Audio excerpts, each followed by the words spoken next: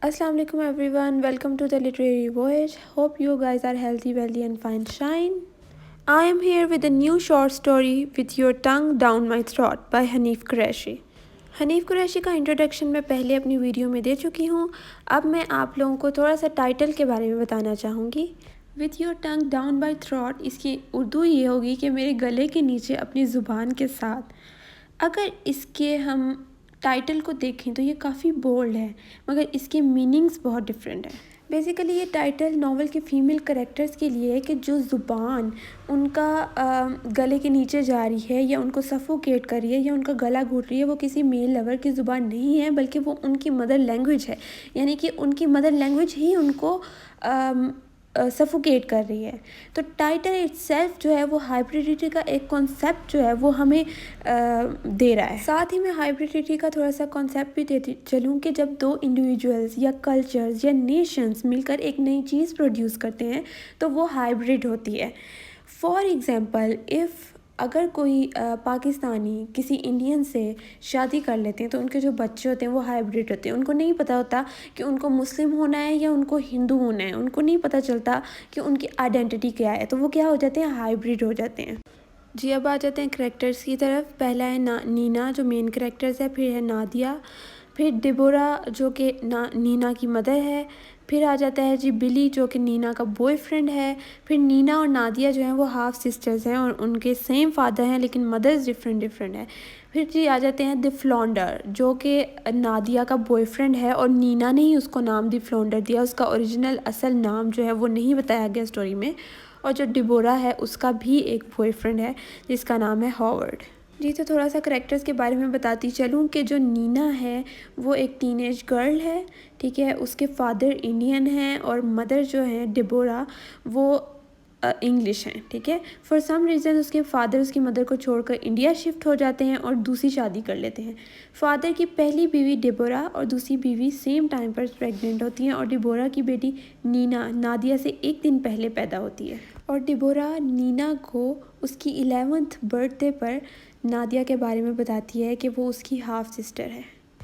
बिली और द फ्लॉन्डर के बारे में मैं आपको स्टोरी बताते हुए बता दूंगी और स्टोरी को मैं बहुत ही कंसाइज में बताऊंगी क्योंकि जब पहली बार आप स्टोरी का ओरिजिनल टेक्स्ट रीड करते हैं तो you feel like it's just a bit of vulgar content, but it's actually not.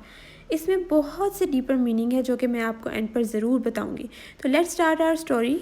With your tongue down my throat Neena नाम की एक लड़की की स्टोरी है जो अपनी यंग एज में प्रॉस्टिट्यूट यानी तवाइफ के तौर पर काम कर चुकी है और अब अपनी ज़िंदगी को राह रास्त पे लाना चाहती है. नीना एक क्लिनिक में अपने एबॉर्शन के तजर्बे को याद करती है. तो प्रॉस्टिट्यूशन के दौरान उसके क्लाइंट्स की वजह से वो प्रेग्नेंट हो जाती है जिस वजह से उसे एबॉर्शन करवाने पड़ते हैं. इन्हीं ट्रॉमेटाइजिंग सिचुएशंस की वजह से वो ड्रग्स एडिक्टेड हो जाती है. अब नीना अपनी मदर डिबोरा के साथ लंदन में एक बहुत पुअर एरिया में रह रही है. उसकी माँ उससे ज़्यादा मुख्तलिफ नहीं थी, उसके भी अपने बहुत से इश्यूज़ थे. डिबोरा यानी नीना की मदर की बहुत से आदमियों के साथ अफेयर्स की एक मुकम्मल हिस्ट्री थी, जिनमें से एक नीना के फादर भी थे जो बाकी आदमियों की तरह उसे ट्रबल्ड और प्रेग्नेंट छोड़ के चले गए, जिससे जाहिर होता है कि आदमियों के बारे में हमेशा से उसकी चॉइस बुरी रही है. डिबोरा का न्यू बॉयफ्रेंड होवर्ड था जो हर फ्राइडे आता था, उसे डिनर करवाता था and they just end up having a sex with each other. Neena हमेशा सोचती थी कि उसके फादर के साथ ना होने की वजह से उसकी लाइफ ऐसी है, इसलिए उसने सोचा कि वो अपने फादर को हासिल करेगी. She started tracking him. उसने पहले अपनी सिस्टर नादिया को पाकिस्तान से इंग्लैंड बुलाया अपने पास और दोनों ने एक दूसरे के लिए बहुत केयर शो की. लेकिन नादिया नीना की मदर के बॉयफ्रेंड हॉवर्ड की तरफ अट्रैक्ट हुई, जिसके बाद नीना नादिया को पाकिस्तान की टिकट करवा कर देती है और ख़ुद भी उसके साथ ही चली जाती है. लेकिन वहाँ उसे बस एक outsider, illegitimate and unwanted daughter की तरह ट्रीट किया जाता है. और जब भी फादर डिबोरा या नीना से मिलते थे तो वो मदर और नीना हर मुमकिन कोशिश करके उनके सामने बहुत अच्छा बनते थे. रिलीजन का भी ख्याल रखते थे उनके और हर चीज़ का ख्याल रखते. लेकिन फादर नीना को हमेशा डिसरिस्पेक्ट करते थे just to put her on the right track in a very very wrong way. फिर जी एंट्री होती है एक बिली नाम की लड़की की जो कि उसके फादर के घर फैमिली फंक्शन में आया होता है. Then they started liking each other and they spend the night together at the beach. और वहाँ बीच पर नीना फील करती है कि बीच पर उनके अलावा कोई और भी है और सुबह उसको पता चलता है कि वो नादिया और उसका लवर द फ्लॉन्डर था. नादिया इस बात से बहुत ज़्यादा एंग्री होती है, बहुत अपसेट हो जाती है कि नीना अब उसकी हकीकत जान गई है. तो वो इसलिए नीना को इंग्लैंड की वापसी की टिकट करवा देती है और नीना अपने घर वापस चली जाती है और यहाँ पर स्टोरी एंड हो जाती है। इस स्टोरी में हनीफ कुरैशी ने ये बताने की कोशिश की है कि अगर फादर और मदर अलग अलग कल्चर से बिलोंग करते हुए हों तो बच्चे की लाइफ कैसी होगी, वो बच्चा किसके कल्चर को अडॉप्ट करेगा, उससे पूरी ज़िंदगी यही नहीं डिसाइड हो पाएगा कि उसने किस कल्चर को फॉलो करना है। बेसिकली उसकी आइडेंटिटी क्या है। नीना की तरह वो एक हाइब्रिड चाइल्ड होगा जो कभी आइडेंटिटी नहीं फाइंड कर पाएगा और अपने इनर में ही डिप्रेस्ड रहेगा और at the end of the day he just involve in evil deeds. और हनीफ कुरैशी की स्टोरीज़ में आपने नोट किया होगा कि कैरेक्टर्स बहुत अल्कोहलिक होते हैं, उनकी सेक्सुअल ओरिएंटेशन कॉम्प्लिकेटेड होती है और वो बहुत से गलत चीज़ों में इन्वॉल्व होते हैं।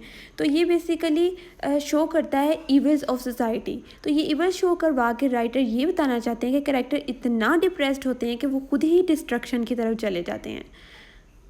With your tongue down my throat, my son the fanatic and good my mother, इन तीनों में हनीफ कुरैशी ये बताने की कोशिश कर रहे हैं कि पेरेंट्स का रोल टूवर्ड्स द चिल्ड्रन क्या होना चाहिए। अगर मदर या फादर इमिग्रेंट हों तो उनको अपना डिप्रेशन बच्चों पे नहीं निकालना चाहिए, बल्कि बच्चों को उस डिप्रेशन से दूर रखने की कोशिश करनी चाहिए ताकि वो उस फेज से ना गुजरें जिस फेज से वो पेरेंट्स गुजरे हैं। ठीक है, तो ये उसका एक मैसेज था। I hope you guys understand well. Thank you so much for hearing us. If you really like it, must subscribe our channel.